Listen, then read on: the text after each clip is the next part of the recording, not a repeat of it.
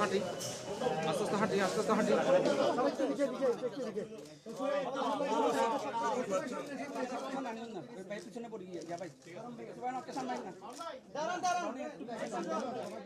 বিগত 15, 16, 17 বছর ধরে মানুষের ত্যাগ স্বীকার করেছে, তারা জীবন দিয়েছে, তারা গুম হয়েছে, খুন হয়েছে, মিথ্যা মামলার শিকার হয়েছে, চাকরি হারিয়েছে, ব্যবসা হারিয়েছে, নিঃস্ব হয়ে গেছে বাংলাদেশে। বহু ত্যাগের বিনিময়ে আমরা আমাদের আজকে ভোটাধিকার ফিরে পেয়েছি।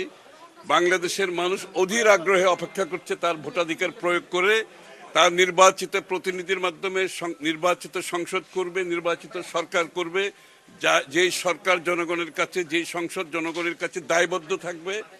বাংলাদেশের মানুষ তার মালিকানা ফিরে পেয়েছে। এটা আজকে আনন্দের দিন।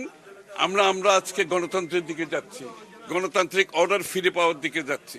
সুতরাং এই আনন্দ আজকে সকলের। আমরা যারা আন্দোলন করেছি, যারা ত্যাগ স্বীকার করেছে, যারা মৃত্যুবরণ করেছে, যারা পঙ্গু হয়ে গেছে, এই দিনটা সকলের জন্য অত্যন্ত গুরুত্বপূর্ণ দিন।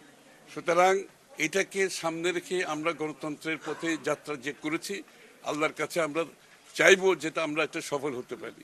বাংলাদেশ যাতে আবার গণতন্ত্রের পথে ফিরে আসে, বাংলাদেশের মানুষ তার মালিকানা ফিরে পায়, এটার জন্য বহু ত্যাগ স্বীকার করা হয়েছে।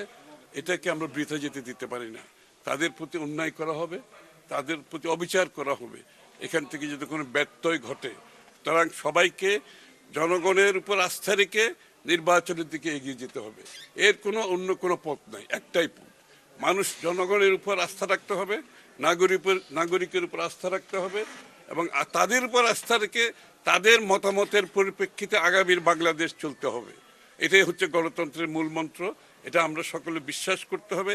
একে অপরের প্রতি সহনশীল হতে হবে। আমাদের রাজনৈতিক সংস্কৃতি বদলিয়ে অপরের সাথে দ্বিমত পোষণ করেও আমরা তার মতের প্রতি শ্রদ্ধা জানাতে হবে, সম্মান জানাতে হবে। একটা সহনশীল রাজনৈতিক সংস্কৃতি আমাদেরকে চালু করতে হবে আগামী দিনে।